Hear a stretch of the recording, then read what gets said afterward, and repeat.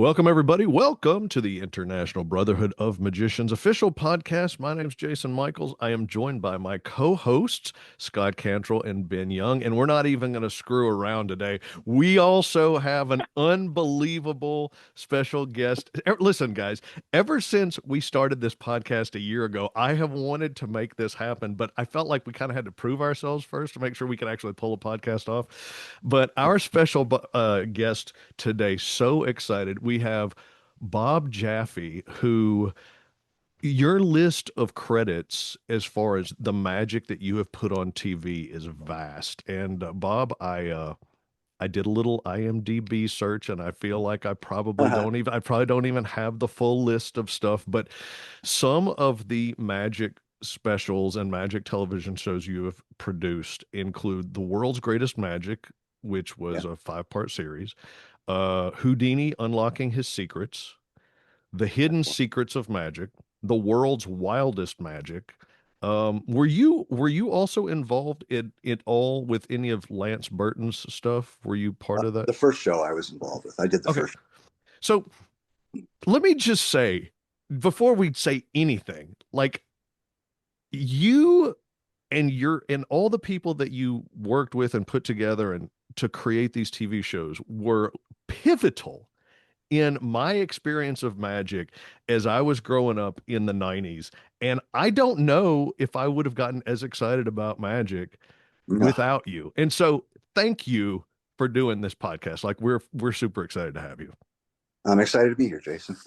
This is awesome. So I find myself hogging the the interview pretty frequently. So Yeah, so I definitely want to make sure that the other guys jump in here. But would you just tell us? So love to know a little bit about how you got into putting magic on television. Like, could you just kind of give us a little bit of the backstory there, how sure. some stuff came about? Um, well, I'd always been interested in magic since I was a kid, and had you know been known to go down to a Hollywood magic store and buy crazy tricks and stuff. Most of which I truthfully didn't have the patience to perfect. So I kind of decided I would just leave the magic to true magicians as opposed to wannabes like me, and found myself in television production after a number of years. And it's kind of a strange story about World's Greatest Magic because I'd been thinking about a magic show for a while, and I had a partner at that time, Gary Pudney, who'd done a number of shows over in Europe and so on, and he titled them the World's Greatest. Don't remember exactly what those were, but they started out that way. And and so I happened to be at NBC, sitting there waiting for another meeting to happen, and the guy who was in charge of development at that time walked out of the prior meeting to me, and I overheard him say, "Yeah, book me a flight up to Vegas. I need to see these two magicians you've probably never heard of." And that would be the Tiger Boys, of course. And I said, "Wait a minute, are you saying you want to do a magic show?" And I didn't really say that to him. I just said that in my mind. And I went back to Gary, who had some contacts. He knew David Copperfield. He called David Copperfield to get some suggestions on who we might put together in the project. And we were introduced to Gary Wallet, who Oh, was a wow. master magician, a great friend, just passed far too early. So he had a lot more to offer, I know. Yeah. Yeah. Um, and so the three of us got together, the two Garys and myself, and put together a treatment and went back to NBC and said, "Hey, we kind of think you might be looking for a magic show, and we've got a great one. We're going to bring the greatest magicians from all around the world. They're going to do their single best act or trick, and we're going to load up 2 hours of it, and we're going to do it right before Thanksgiving." Because families get together at that time. They come from around the country. Moms are baking a pie, and everybody's sitting around watching the TV. So why not put magic on at that time? Seemed like the perfect family environment thing to do. And that's really where it all started. And from there, just through contacts and NBC's desire to continue with magic, we did the Lance Burton show. We did the wackiest, the comedy magicians. uh, which was a story unto itself. But uh, it was a lot of fun, and did the greatest secrets, kind of revealing some of Houdini's stuff without revealing Houdini's stuff, and in Nice. a number of other ones that don't come rapidly to mind because there were quite a few of them. But that's where we kind of got it all started, and it just grew from there. Magic had not been on TV in a long time, Oh, and it just took off. We got great ratings, and we did 5 different seasons of 5 years in a row of this 2 hour special with World's Greatest Magic. that's unbelievable. Every Thanksgiving, I mean, I remember vividly because I got into Magic in 91.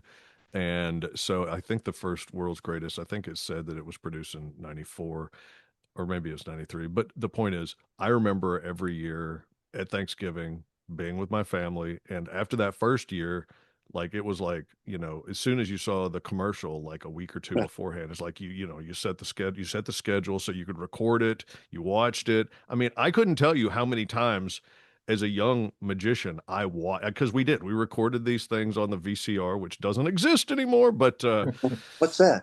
yeah, exactly. But and I would watch these things over and over. It's like that is unbelievable. Scott, did you you're old enough, you're younger than I am, but you're old enough to have seen the World's Greatest Magic specials. 100%. Yeah. Yeah. World's Greatest Magic came out right as I was getting started in Magic. So, I mean, it was Oh, just great. this perfect confluence, Bob. So, thank you for the timing. Um, but I remember sitting down with the family too, and we would watch the Copperfield specials. I was just getting into Magic. So, when World's Greatest Magic came on, tape went in the VCR, play record. 2 hours later, I took the tape out. It was like, when can we watch this again? They're like, not tonight. Tomorrow, the tape goes in. I would watch it. I think we had to duplicate the tape because I wore it out. Yeah. And I'm pretty sure I could imitate. I probably still could imitate more or less every act on the show simply because I watched it so much. The first time, real quick anecdote, and then we'll get into more relevant, important stuff. But I know a lot of people, especially of our generation, Jason and Ben, have Now the same, Ben is not part of our generation. well, He he's is a close much enough, younger close generation. enough, have these stories that I'm about to say, so I don't feel like I'm being too self-serving here. But I remember being at Winter Carnival of Magic and working backstage because I was a member of Ring 58. Greg Freeman was one of our Oh, yeah. headliner acts. And Jay Mattioli, who's another incredible magician, well known, was also performing at Winter Carnival. And both of us were completely starstruck that Greg Freeman was there because of World's Greatest Magic. Oh, And wow. so Jay was doing his cue to cue, and I was helping backstage, and they were playing Greg's music.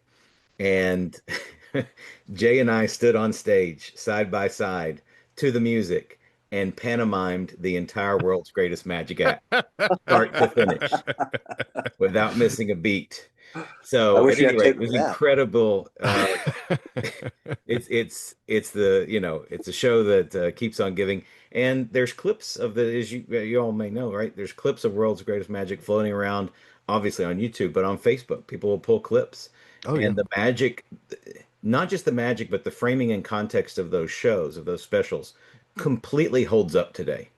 100%. I'm so glad you said that. I was going to say something In similar. fact, I love that magic is still on TV. Don't get me wrong, and there's great magic television programming on television now, and it's fantastic. But I don't think anybody's really been able to recapture what you guys did with World's Greatest Magic. So anyway, that's my That's that's very my nice of you. self-serving time. But thank you so much for what you've done. I have lots of questions, but I had to get the anecdote out. That's awesome. That's awesome. And That's great. Ben just told me that when World's Greatest came out, he was two. So he doesn't really have much to Okay, well, share. I went I do want to point something out though. Basically what you said, Scott, I made a note because just for the record, I watched World's Greatest Magic this morning before we did this. The first one, the first show, and before we did this, and I was watching it, and about, I don't know, a third of the way through, I thought to myself, you know what? Aside from the fashion, the clothing, and the hairstyles and stuff like that, aside from that, this still you could this still. I mean, it was super tight. The show there was no dead time. Like you knew because I guess it's because you knew how to. I don't know if it's because you just were a TV guy, or if I, but even in the 90s, before social media or anything, you knew we can't, it can't go slow. It has to be tight. These shots were dynamic. Every single act was pop, pop, pop, pop, pop. This stuff, like I said, aside from the hairstyles and the fashion, this stuff, you could do this exact same thing today and it would be totally, what you shot back then is still totally relevant to, if you love magic, still totally relevant today. Wow. Yeah, I would agree with you that it is well, magic just doesn't ever go out of style. It never will. And we were very fortunate that we were able to capture something that we didn't believe really other people had done to that point. And that was the fast pacing, the variety of acts. We did everything from grand illusions down to close up stuff, Yeah. and to be able to see that in one show, we were very proud of that fact that we could show such a diversity of magicians from all around the world, and have them all be the world's greatest, truly. So it was a blast to do, and you know, I could let you in on a few secrets as to how we did it. I'm not sure I Ooh, should, but so, you know what? magicians never tell their secrets. It's your interview, Bob. You get to share whatever you want. Like to all the magic producers out there who are doing their shows, I can say that our secret ingredient was the fact that, number one, we shot everything before we actually did it in front of a live audience. So if the live audience act did not go as well, we could always cut between the rehearsal, which was fully taped and so on, and all the magic was real, and the live audience. That gave us a lot of play in terms of what we could capture, how good we could actually make it, because we could rehearse it and shoot it 6 times before the live show, and out of that, in the editing process, we would have the best of the best. So that was a great trick for us, anyhow, and I thank Gary Wallett for that because he really put that forward. The other thing that he was responsible for was not to cut away during the magic. We had, if we were coming up to the main point of the magic, we often said, this camera will not cut away. It's a single shot, something to that effect. Mm-hmm. And I think that really got people excited because most of the time you could always, if you were an audience member, you'd say, oh, well, they cut. And when they cut, they went and shoved another ball in his hand or whatever. He picked up something else. In this case, it was impossible.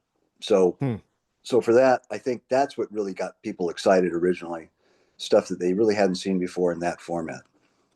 Mm-hmm. Mm-hmm. So let me ask you this, because as I was watching the show again, I was watching it and I said to myself, so it looks like they shot it in front of a live audience, but how did they do that? Did they, like, I've been to tapings of, I went to another years ago when I was living in Memphis, I went to a taping of a special, and that taping was over the course of days and they had audiences there for days. But what you just said, it almost sounds like you all did the live show. I'm guessing you did it a couple of times, but this We did it wasn't like once. you did it one time? That's Yeah, it? one time. Wow. But we felt very confident in doing it one time just because we You had it had everything they in the can. can already. And Yeah. all we were Wow. missing at that point was kind of the audience cutaways or from behind the audience shooting up to the stage. So you knew everybody was there. But Yeah. in essence, it was a bit of illusion on our parts. But I that does Go ahead. become a little risky when you have like the comedy acts that were bringing audience members on stage. Because then That's you true. really just had, and that's not a criticism, but it's just interesting that you had the one take Yeah, I for mean, that. Yeah. generally we did. I think that there were a couple of people where it just kind of fell apart midstream and we had to just stop and reshoot it right there with the audience and say, pretend you didn't see any of this, and let's start again. Yeah. Yeah, But that's awesome. it was a challenge. But we spent that first 2 hour special. We were in Vegas for 6 weeks beforehand, just in Wow. the pre-production. And prior to that, we'd spent many months booking people, becoming very familiar with their work, and getting a format together, etc. So it was a lengthy process, but it paid off. In terms of something you just said, while we're talking about kind of production and development of the show, I've always wondered, I mean, because obviously the caliber of talent that you selected truly lived up to the hype and the Yeah. name. Mhm. Obviously there were lots of people you could have chosen. How did you guys go about identifying and choosing the people that you did over the five shows? Uh, Basically, what happened is we would have people send in tapes, Okay. and Okay. and again, that was, I have to credit Gary Wallet because he really, uh, from the magic standpoint, he knew these people or he knew of them. He was able to get tapes out of Buenos Aires or Japan or wherever the heck they were coming from, and from there we kind of line them up and say who fits. Hmm. In TV production, typically you start with cards on a wall and little index cards, and you just put up the acts names and in between breaks, and you figure out, okay, this guy's going to follow well from this guy, and so on and so forth. So it was just all around a team effort to make this a great show, to make all of them a great show. And it started with that audition process, which we they didn't have the internet back then, Right. so we couldn't talk to people over a Zoom call or something like this. We just had to hope and trust that when they got there, they were actually as good as they seemed to be on their tapes. Oh my goodness. And Well, some of them and weren't. Some of them were not so great. I was going to ask this question. Were there certainly no, don't name names, but Wouldn't do that. were there any acts that you're like, you brought to do the show that didn't make the show? Like, did that ever happen, or did you just have to get creative in terms of managing certain acts? Yeah, I think we just got creative with that. Yeah. The the Yeah, I'm just again, I don't want to mention names, Yeah. but there were people who, and I think we were partially to blame for this because the show was put on, once a year, and we didn't really make decisions on who those magicians were until a few months before that. Hmm. So at times they just didn't have their tricks entirely worked out. Um, in terms of a big stage presence, they knew Right. how to do it from their standpoint in a their typical environment, but putting together something where they walked into tons of lights and music and smoke and all sorts of effects and everything that we wanted to create, we created. Each act had their own set created for them, and so that was always a new thing for them. It's like, what world am I in? Where is all this Right. stuff, and what Wow. camera do I look at, and so on. And some people were just better than others. It just took us a while. Certain acts took us a long time to shoot. I won't lie about that. They just didn't quite get it. They weren't quite as prepared. Yeah. How do you coach somebody like that? Did you have someone who did Willette, was he like the guy who was the go-between with the magicians and the production, or would you all go up and give notes to the magicians and stuff like that?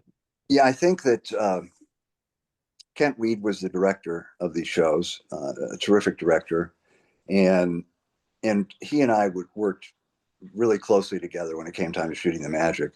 I worked out on the floor, he worked in the booth, and I would see things that he didn't see, and vice versa. And so we were kind of always collaborating. And okay, what can we do to make this better? And then he and I would get together and talk to the magician and say, we need you to turn this way, we need you to do this. Uh, a little bit more of a pause in between these things so we can reset our cameras, whatever it might be. And it all worked out great. There were a couple times where, truthfully, I lost my temper with a couple of magicians. Um, It happens. yeah, it's not natural for me, and it had been after a very long day, uh, and the magician just wasn't coming together because the trick was too new for him, and it took a while, but we got there. We got there. Always we got there. We never left anybody hanging. We never had to let anybody go. That's Yeah. awesome. it, Wow. it all worked out. Ben. Do you remember about how big the live audience was? I would say that it was probably anywhere, I'd say 750 people, maybe. That's pretty big. We did it at Caesar's Palace, and it Yeah. was in their main showroom. So they had booths set up where people could get meals or drinks. I think drinks helped the audience a lot. That's the secret to shooting a television audience for magic, right? Yeah, exactly. That's going to be So the clip for social. Right. what's For that? Yeah, us. right. Yeah, For the, that's right. yeah. That's right. So yeah, it was about 750 people, give or take, and we did all of the shows there. It was our primary location. We also had some little side sets, I guess would be the way to call it. It at that point, or I should say, kind of, I guess it was about the same time. Caesars had really thought that they wanted to get more involved in magic, and so they commissioned somebody, I don't know who, to create this thing called oh my gosh, I've forgotten Oh, yeah. the Magic Caesar's Count Magical Empire. and Magical Empire. So I don't know if any of you guys have ever attended that or not, but they had they kind of took some ideas from, I would say, the Magic Castle, in terms of hidden doors and hidden this and hidden that. But it was a dinner type environment. You'd go down, and there'd be a big table, maybe 6, 8 of you at this table, and then they would start the magic. And it did everything from kind of the spirit talking stuff all the way to having somebody come in and do a magic trick, to them disappearing out of some door that no one knew was there. And we used that as a set to help Caesars out and to help us out. It gave us some variety in our looks. Nice. And it was a cool looking place when they built it. Unfortunately, it didn't last. I'm not sure what happened to it, but I remember when it was launched, and I was like, "Oh, I have to go see this." Never yeah. made it out. You didn't see it? Unfortunately, it was I just didn't get out there fast enough. You always Yeah, think it'll be there forever, and then it's not. yeah, it was very cool at the time. It was we couldn't believe they did. Spent millions of dollars on it. It was beautiful, really, really nice. Now, I know that you've produced a lot of magic, but I do want to point out, I just want to point out a few. Let me run through the list of talent that I wrote down. I may have missed somebody, but on the first World's Greatest Magic, the list of talent, I mean, when you hear these names, you're going to be like legend, legend, legend. I mean, I'm in the magic world. So, all right. And you know what, the funny thing, obviously at this point, How old are you, Jason? I'm about 20, I think, late teens, early 20s, and I hadn't been going to magic conventions, so this was my first introduction to a lot of these people. So, okay, Princess Tanko, Mac King, the Pendragons, Max Maven, Greg Fruin, Fielding West, Lance Burton, Bill Malone, Topaz, Brett Daniels, Tom Mullica, Melinda, Franz Harari, Alain Choquette. That's just on the first show. That's crazy. I mean, it blew me away because, so for instance, in that one show, I think I liked watching it over and over because there were certain things that I kind of looked at as like the penultimate version. Like for instance, it was my first introduction to Brett Daniels, and Brett Daniels did the goddess levitation that he does, where the girl appears levitating in midair. That's the thing that stole the show for me. I mean, you want to talk about something that blew my mind, seeing this girl just magically appear floating in midair. It's just like, what in the world? And it's this, it's Brett Daniel, this big guy, and I was like, well, that is unbelievable. But on the same show, you had Bill Malone doing Sam the Bellhop, which is Yeah. arguably maybe one of the greatest card tricks, card magic of all time. And yeah, it was incredible. But I found there were a few things I found kind of funny, like watching Mac King be like the ladies' man, and he's always like So trying to pick up good. a girl. It's so good. It was Yeah, Mac is so. great. I mean, he was great. He really added a lot to the show. I mean, everybody added a lot to the show, and all the names you mentioned, they've all gone on, obviously, still in the magic world and done incredible things. But some of them definitely stick out, and Mac is one of them. He just nicest guy in the world and the funniest and would do anything for you, and just a great guy. Ben has background with Mac. Yeah, so let's see, about 20 years after World's Greatest Magic, I worked for Mac for 3 years. Oh, did you So really? so I was working like backstage at his show for a few years in Vegas. So it was That's so fun to like rewatch and see a younger Mac King yeah. doing a lot of the same bits. That's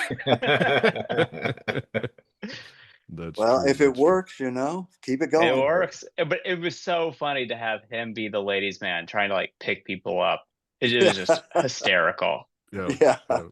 When you think of smooth magicians, you Yeah. think of Like Mac. No, no, you don't. No. no, yeah. And like out in the wild. Like it was so funny. Yeah. That is one Absolutely. thing about those particular specials. I want to talk some about some of the other projects that you worked on too, Bob. But those particular specials, how you guys filled out the 2 hours with the teacher tricks and the bumps and Hmm. transitions and building up the next act. I mean, it was just masterfully crafted. I mean, the getting those magicians on stage to perform that magic for a TV show and making that look good is enough in and of itself. But you guys just didn't stop there. You didn't say that's enough. You said, how can we make the special as compelling as possible? And I think that's one of the things that has created such staying power in the minds of those of us who experienced it then is the obviously the magicians and the magic, but it's everything else. It was the context around it. It was those little bits that Mac did. It was the teacher tricks. It was, the interactive magic that Max did. And it was just all of that together, um, built up a real excitement in the show. How obviously you've got these index cards on the board like you talked Yeah. about. That was obviously incredibly intentional. How did all that kind of come to be? Because to your point, Magic hadn't been on television in any meaningful form. Copperfield specials, hinting perhaps, but not in that form in a very long time. Yeah. How did all that kind of come to be? Well, I think in a way we were a little bit ahead of ourselves with doing this stuff, because today that would all be just commonplace because people would be doing it for social media, Right. be able Yeah. to release the clips and so on. And at that time, the reason that we did the teacher tricks and really carefully crafted our teases and so on was because we wanted to bring people back after the commercial. Mm. And so that was a great way to do it. We'd show the trick first side of the show, and then we'd show the solution to the trick and how you can actually do it after the commercial. Yep. So it just made perfect sense. There was some pushback from magicians who didn't want us giving away any tricks at all. But ultimately, I think everybody found it just to be a fun thing that, would hopefully bring more people into the world of magic was the ultimate Exactly. goal. So we really tried to affect people like you, Jason. We were aiming right at you and trying to find the young people out there that had a desire to move into magic or loved it or whatever it was. And here was a chance to really see some different stuff in a fast paced and really enjoyable way, I think. Oh, no doubt, no doubt. I mean, it's a very clever. I mean, what a It, clever idea. and you know what? When you watch the specials like on YouTube now, you miss that. Like you sort of Right. subconsciously are like, oh, right, after the break. But we don't have to watch the break anymore because when the Yeah, people record it, they edit it out. Yeah. But when you said that, I was like, oh, of course. You'd be sitting there waiting, yeah, anticipating for the next, what, 2, 3 minutes before you come back. Oh my yeah. gosh. So good. Yeah, Well, So thank you. good. I still teach people one or two of those tricks. When somebody says to me, can you teach me a trick? That one trick that was Melinda. Yeah, Melinda, Melinda did a trick with Hmm. the two cards. Yeah. with the two Yeah. cards, and that's still a trick that I teach people when they're like, "Could you just teach me one easy trick?" I was like, "Yeah, I'll go back to the 1990s and I will show you a trick." But isn't it great that the fact that you can go back to the 90s, you can go back to the turn of the century, and some of these tricks that were popular and amazing, many many years ago, have lived to this point in time. It says a lot about magic. I don't know that there are many. Certainly, no actor over time is that popular. Uh, Stage shows, maybe, but the roots of magic, I mean, they go back centuries, Oh, and yeah. that to me is an amazing thing, that to be able to take some of these uh, century old tricks and put them out in a modern version for, at that point, a modern audience. Mm-hmm. Yep. Mm-hmm. Scott, I know I, you have a bunch of questions written yeah, down, so I feel free want to dive in. you mentioned some of we see the finished product and how tight and beautiful it is. You talked about some of what's actually going on behind the scenes to create that. Um, in terms of, you mentioned preparation by certain acts or certain magicians being sometimes a challenge or a difficulty. What other, and not expanding across the five seasons of World's Greatest Magic and then beyond into other magic related projects that you've worked on? What are some of the common mistakes that you see magicians take on TV, right? The idea may work live, concept may work live, may work great live, but for whatever reason, some aspect of it isn't translating on TV. Maybe identify a disconnect or two or a mistake where a magician who wants to be better on camera or better on TV, what are they missing from time to time? Well, I think that one of the tougher things for magicians is the fact that they're playing to a very large audience, hopefully millions of people, which means they have to play to the camera, and Yeah. that's a totally different thing for a lot of people. They just don't have that comfortableness in front of the camera that they have in front of a live audience. So it was kind of getting people to look at the right camera at the right moment, knowing that they didn't look foolish at that point, that we were only doing things that made them look good, and it was all for a reason. And I think that was the biggest obstacle for the magicians in Hmm. general to overcome. It was also hard with some of the close-up magicians, because that's just a hard thing to shoot and to televise it and get it across the audiences. And so making sure that hands were not covering things that normally it wouldn't be such a big deal. But when we want to show everything, as transparently as we can, quote unquote, uh, that was always a bit of an issue. And sometimes it took a while to get them into that headspace, that state of mind, where they said, "Oh, I'm working on the audience, all sitting at home getting ready for Thanksgiving, as opposed to just the Caesar's audience right here." Right. Mm-hmm. Makes Mm-hmm. sense.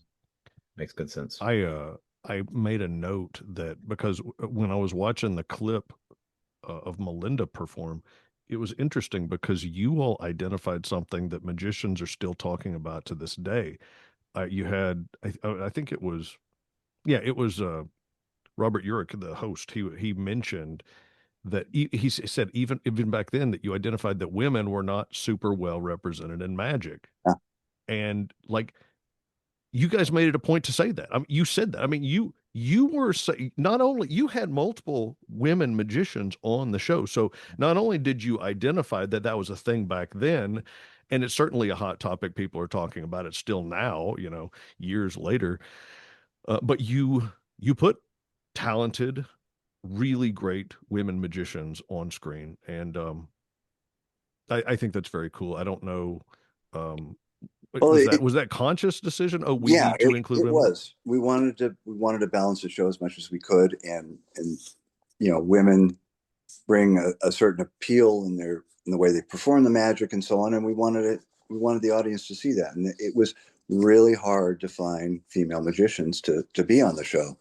And I'm so happy today that I see some of the magic shows that are on the air now and see quite a few female magicians, Mm-hmm. and I mean, quite a few compared to what it used to be. So that I think was great. Hopefully, as a result of some of our shows, maybe some little girls saw magic and said, "Hey, this is what I want to do," or "This is cool," and so on. So it was a conscious decision to get the women in there. That's cool. That's cool. Ben, do you have anything you want to jump in on? I know you sometimes kind of just sit there politely. I do like listening. Uh, Well, that's but good. are there any just major mishaps that happen? And I don't mean in terms of like a performer not being prepared, but just something so some huge fire that had to be put out that you had to deal with. I know that I believe it was World's Greatest Magic that like David Williamson had just like performed at the castle for like a week before, and he lost his voice, and I think had to have like a steroid shot so that he could even like speak. Is there anything like that that kind of stands out? Any kind of fun mishap stories? Yeah, I think the probably the biggest mishap, which could have just been the end of World's Greatest Magic as well as my career, was a magician had recently purchased a couple of tigers, or I don't even know, sure they were tigers. They may have been leopards, something like that, but they were cubs. And he had them on the stage, and everybody was great. Let's play with them. They're wonderful.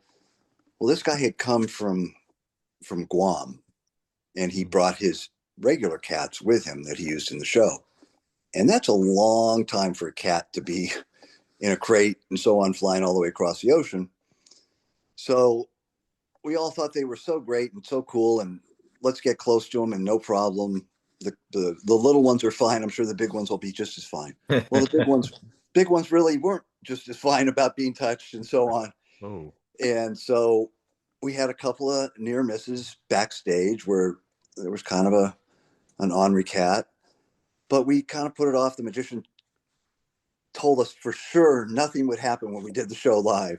It was going to be perfect. The cats were trained. Everything would work.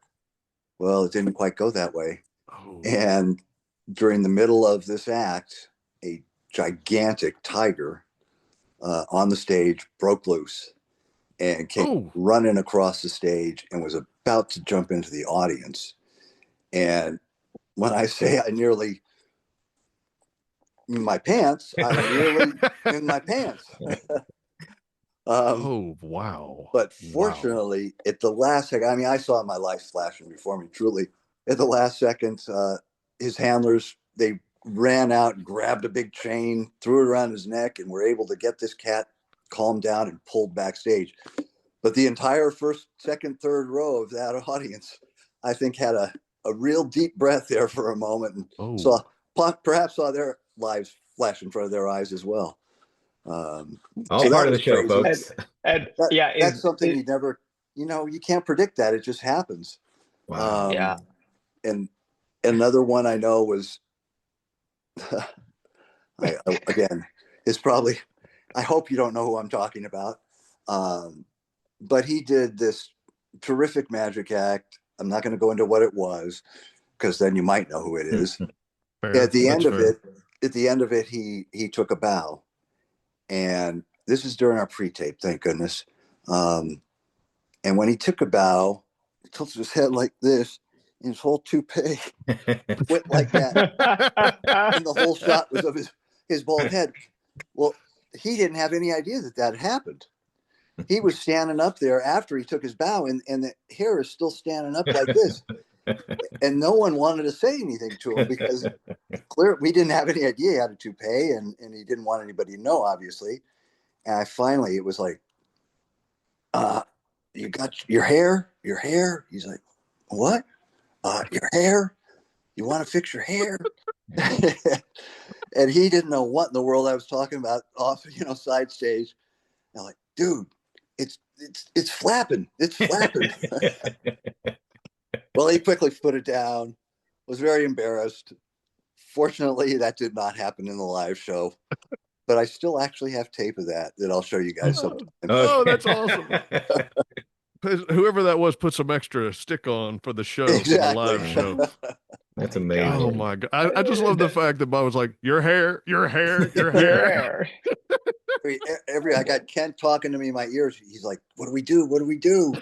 But I don't want to say anything. He didn't want to come over the loudspeaker and, be, hey, get your hair straight. And none of the stage managers wanted to say that. Everybody just kind of looked at each other for the longest time. Finally, I was left with the task of telling him.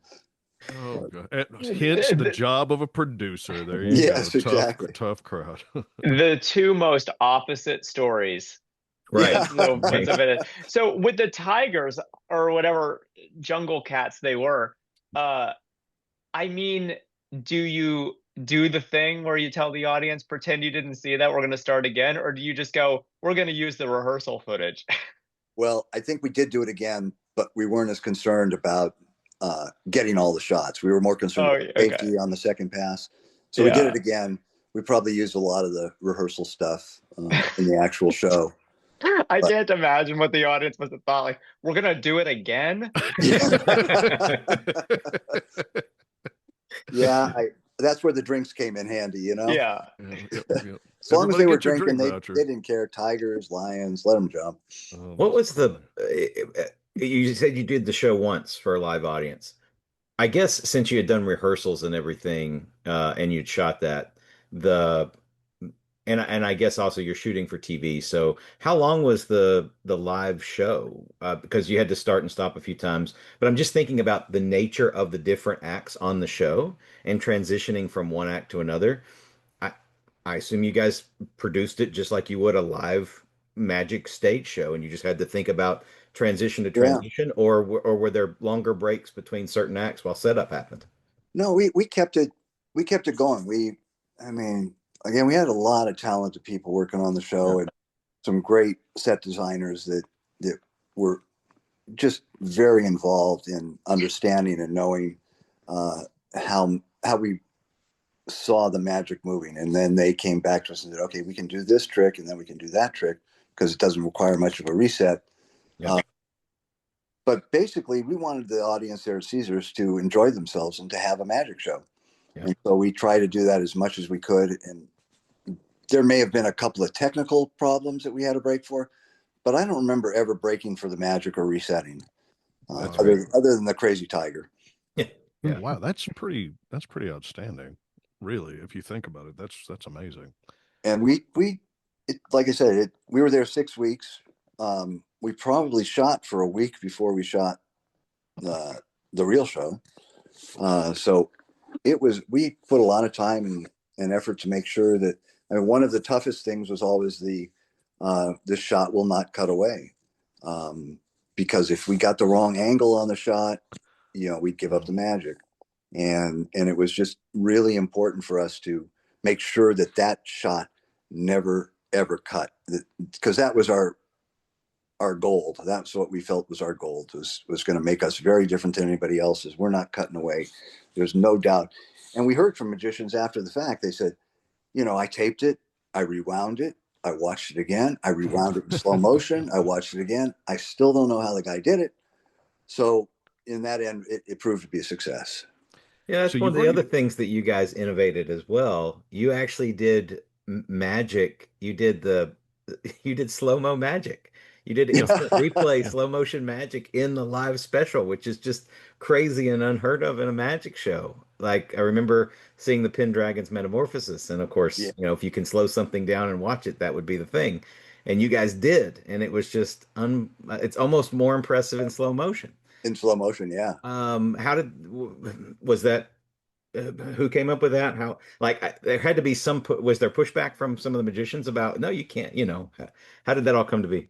I think probably in the first show there was a little hesitancy in saying, "Well, wait a minute, I'm not sure. How do I know this is actually going to work?" Yeah. Because they didn't know us, they didn't know the show.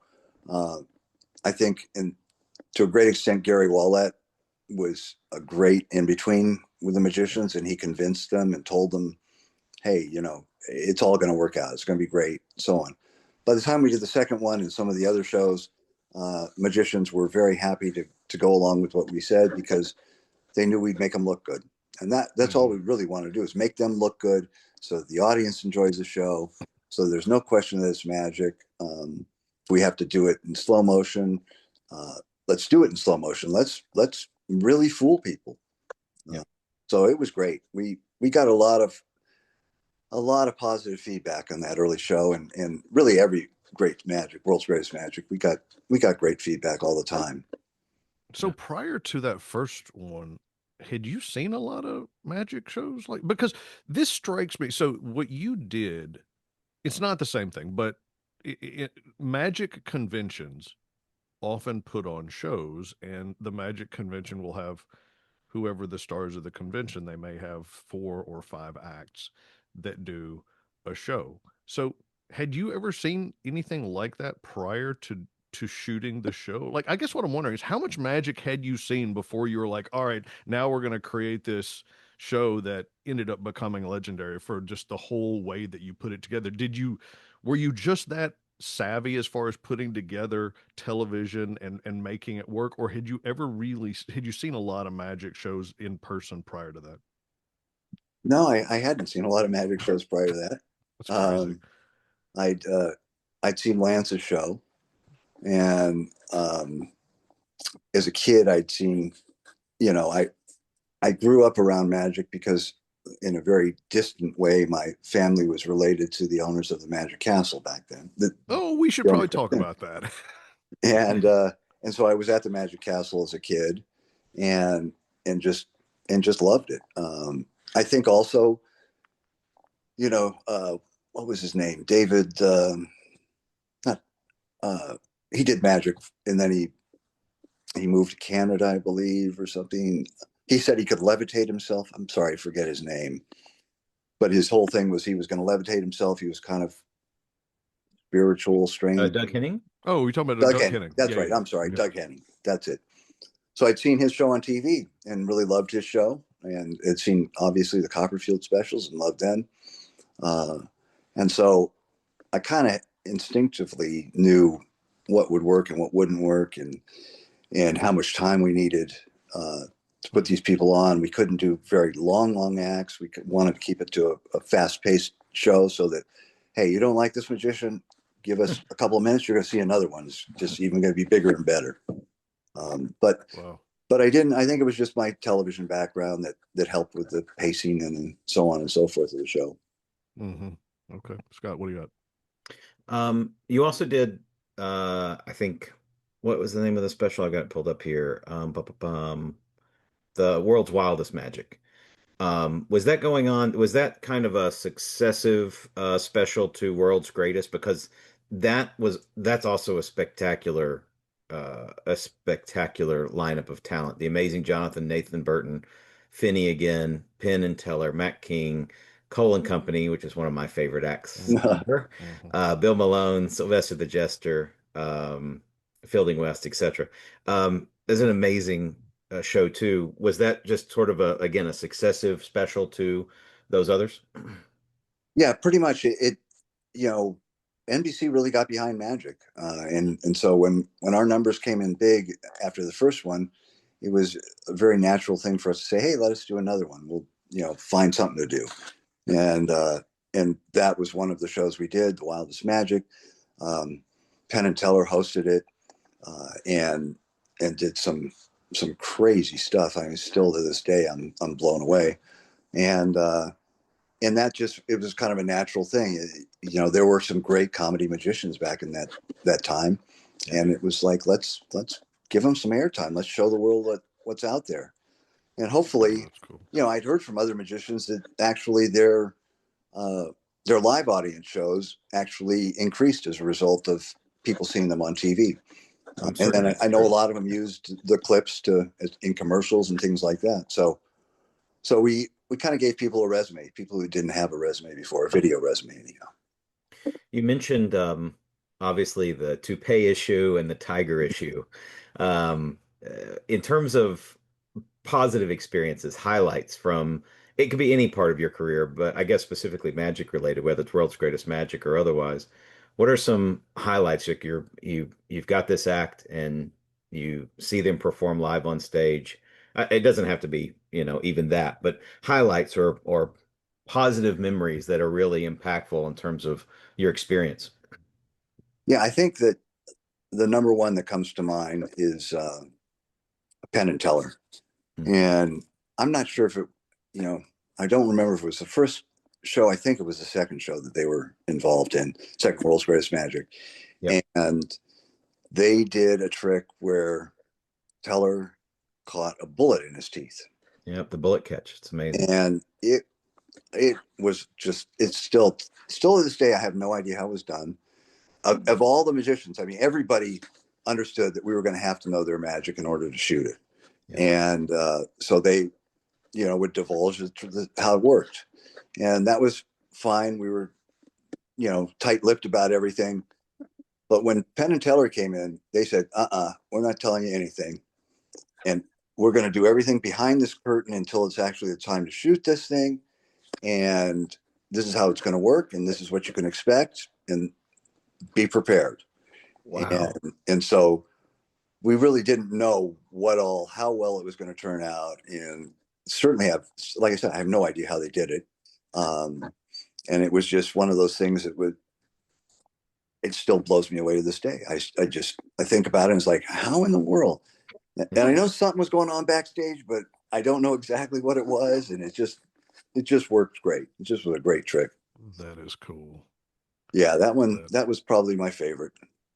Wow. Wow. Well, that speaks to the power of magic, right? You're the producer of the show that's going to be shot for TV, and Penn and Teller are like, "Nope, you can't know how Yeah. anything. We're gonna shoot guns at each other, and you Yeah. can't know why it's safe. You can't. We Yeah. can't tell you that, right? That's amazing. Yeah. Yeah. Well, Penn and Teller were at that point, they were big magicians even then, Sure. not as big as they are now. So we did have a degree of trust with them, Of course. and it was kind of like, it's too good to not do it. It's just everything that's been described, everything that's been talked about, is just too good. Yeah. And I actually have a poster hanging in my dining room here that is from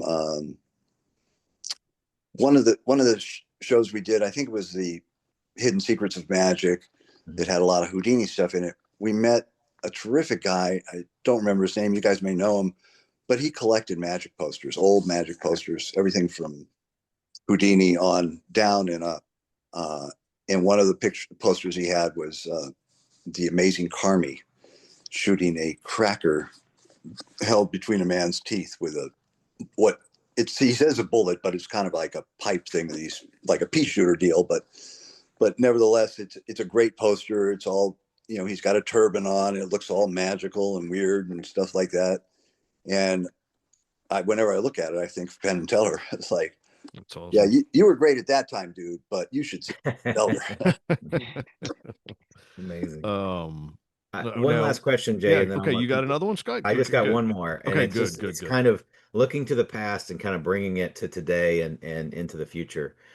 We talked a little bit about this, but just from your eye as a producer and having done what you've done and seeing what magic has become today, which magic is flourishing today, right? It's Yeah. blowing up for different reasons. But when you see magic on TV today, and a lot, again, I love that the specials are out and there's a lot of really good magic being produced on television today, which is fantastic, and that's credit to what you guys started in the 90s. But what do you think could be improved? What do you think that you all did or learned or knew that maybe has either gotten lost, or what are you seeing today in terms of how could magic on TV or online be improved, just from your knowledge and expertise and eye as a producer? I don't know that it can be improved necessarily. I think that magic has changed a bit in the years since the 90s, with the David Blaine's and such. It's just, I would say that the bringing it to the street is great. Getting people involved is something we loved and always wanted to do. Um, I think that stuff you cannot lose with. Is the more you get the audience involved, whether it be on stage or talking to them or doing whatever, that connection is just key. And and so I know some of the shows that I've seen, uh, they they do great illusions, let's say, but um, there's not much behind it. It's just kind of next, next, next. Whereas we try to build each magician into their own little world. Whatever trick they were doing, we tried to find a way to echo that in the sets. And I do think that made a difference. Um, it just looks nice. It drew you in. It sucked you in. Yeah. And I don't see much of that. I don't see a lot of money being spent on the production side of things. Magic for sure, but the production side not so much. And we spent a lot of money, and I think it shows. And sadly, maybe not sadly, that's what I think you got to do. Is you need to put your money where your mouth is, and then deliver a great product. Yeah. Mm-hmm. Yeah, How much? good. I mean, I mean, would it be accurate to say through everything that you just described, you're and considering each and every single act, like you're telling, so you as well as the magician as a team are telling a story. There's some sort of a story being told. Exactly. Okay. Okay. Yeah. Yeah, I mean that's the key. It really, when you get down to the basics, I think that no matter what the medium, storytelling is what will always get your audience. If you tell a good story, the audience will come along with you. And you should know that, Jason, with your speeches and so on. I know you tell a great story in those, and Well, people thank you. love to hear it. I appreciate it. And so I think that we try to encapsulate that in each different act. That there was a beginning, a middle, and an end. Mm-hmm. Sometimes they had that all of that figured out, and sometimes we figured it out for them. Yep. That's cool. Ben, we're starting to wrap up. We got a few minutes left. Is there anything you wanted to ask about or comment on? Any insights? I had two. One that's just interesting for me. Do you remember the first magician that you signed on for World's Greatest Magic? Wow. No, I don't. It, Um, I was going to say Lance, but I'm not. I'm not certain Lance was the one. and I'm sure it all happened rather quickly with, Yeah, a bunch of people saying yes all at once. But that was I just mean, something kind of curious to me. yeah. I mean, pretty when I said we put cards up on a wall, we formatted the show, and even though we maybe hadn't talked to magicians, said, "Hey, we need you to be here," or "Do you want to be here?" We we felt that most of the magicians, given that we were paying their expenses, their travel, all of that sort of stuff from wherever they came in the world, that they would go along with it. So Yeah. it may have been just a massive booking at one point where we knew we wanted these 10 people or 20 people, and we just started making calls. Yeah, yeah. The other thing is, what do you think is the hardest thing about putting magic on television? That's a good question. Because Uh, there's a lot of pieces, as we've talked about. yeah, I think that, as a producer, you have to look at a number of different areas. You have to look at the, the studio audience. You have to look at what the magician wants, the the size of the trick. Are we going to be able to capture well with a camera? But I think all of it gets down to the audience at home. And I would give that advice to anybody making any type of television show and say, you need to put yourself in the seat that the audience sits in. You need to imagine looking at a 30-inch or 45-inch TV, and what is coming across it is going to hold that audience. Mm. And if the storytelling is correct, um, and the sets are correct, and the music is right, and so on, you'll hold the audience. But there's not one specific thing that's going to do that. It just has to be a mindset that you say, no, it's not about me. It's not about the magician. It's not about the people at Caesars. It's about the million plus, 2 million, 5 million, whatever it was, that are watching at home. And we have to make sure that they love the show. And so frequently I sound silly, but I'd sit down as an audience, think, okay, I'm part of the television audience. Do your trick for me. Mm-hmm. And I would look at it from that perspective as much as I could. I think That is that's awesome. that's key. That is Huge. awesome. Yeah, that's great.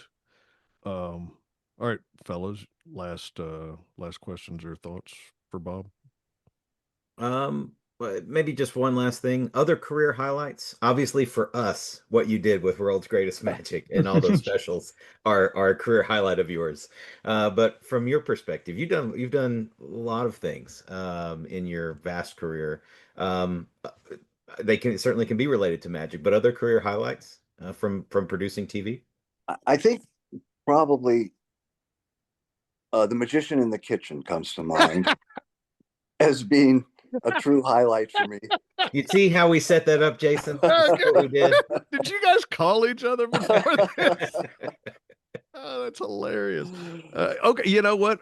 Just we'll go ahead and put it out there. Bob and I. So Bob and I know each other. We met through our history is that years ago, 4 years ago, when I started doing a public show here in Nashville, was it 4 or a little over that? 4.5 years ago when I started, Yeah. I met Bob through his wife.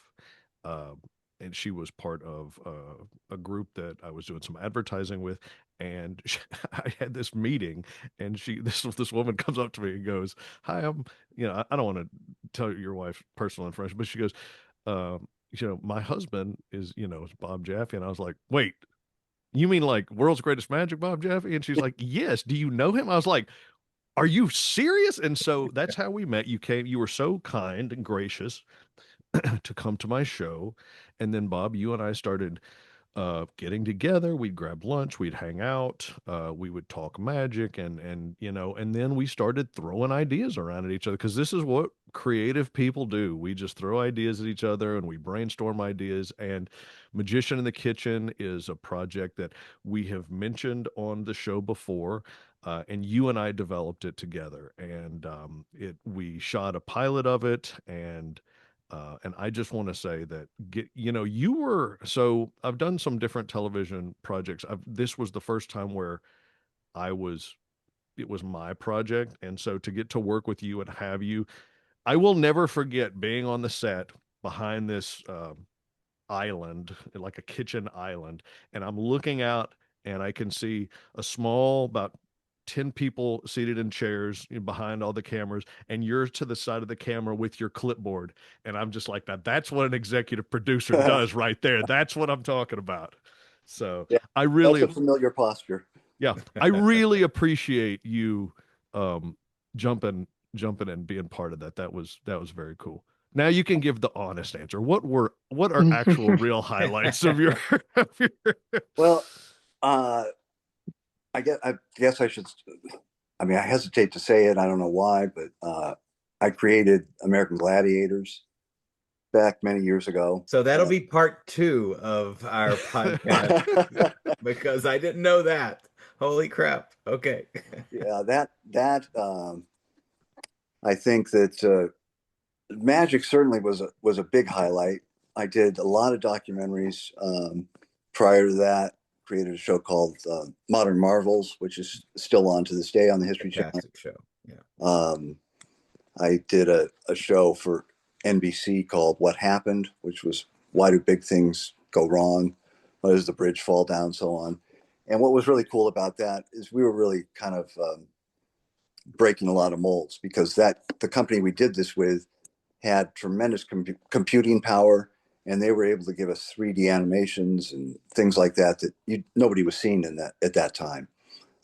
So that was fun to do, and we did a lot of positive stories and figured out why a lot of things blew up or fell apart, and hopefully made it so that it never happens again. Wow. That was the slogan. This will never happen again. So Wow. that's kind of the brief thing. I mean, I've done 1,000 hours of television, or plus 1,000 hours. Some of the shows I don't even remember until somebody comes up and says, "Hey, didn't you do this thing?" I was like, "Oh yeah, long time ago." I'm old, man. I'm old at this point. Man, hey, let me tell you something. You're still kicking, man. You and I get together from time to time and enjoy a meal together, and man, you're still out there rocking. I love it. Um, Well, thank you. yeah, absolutely. And I just want to thank you. Actually, I thanked you when we came on. I just want to say thanks for doing this podcast, because I'm very excited for the magic world to hear this. Mhm. I think you probably should have been, I don't know, maybe you have been interviewed many times about this, but you probably should have been interviewed about this a long time ago. And so I'm excited to put this out in the world for other people to hear about it. And I just really appreciate you being on the show. Well, And thank you. we will have to do lunch sometime soon. Yeah, absolutely. No, it's been a pleasure, and I appreciate the questions. They've made me think, and hopefully I came up with the right answers. But it was a pleasure, and like I said, I enjoyed the questions and enjoyed the camaraderie here. And I've listened to the podcast before, and I find it very enjoyable. So you guys keep up the good work. Oh, well, thank you. Thank you. Friends, if you are interested in the International Brotherhood of Magicians, you can learn more about us at magician.org. That is magician.org. Just a quick, quick mention about our annual convention, which is being held in July. The guest of honor has just been announced, and it is Connie Boyd. And Connie Boyd is a legendary magician, just done so many things. I know that for years she was producing shows on cruise ships and whatnot. We're excited to have Connie as our guest of honor, along with talent like Aaron Fisher, Andrew Goldenhurst, Skylar Jade, John Armstrong, Paige Thompson, Artem Shukin, Andy Gladwin, Jonathan Levitt, Mandy Moodin, and Jonathan Burns. It's going to be a banging convention. If you want to hang out with other magicians, if you want to session and go to lectures and see great shows, check out the I.B.M. Annual convention, which is being held in St. Louis this year. You can go to magician.org to do so. All right. Well, this has been super fun. Yes. Yes, and I appreciate all you guys being here. So for Bob, for Ben, for Scott, and for myself, I'm Jason Michaels. Thanks for listening, gang. You guys have a great day. We'll do it all again soon. Take care.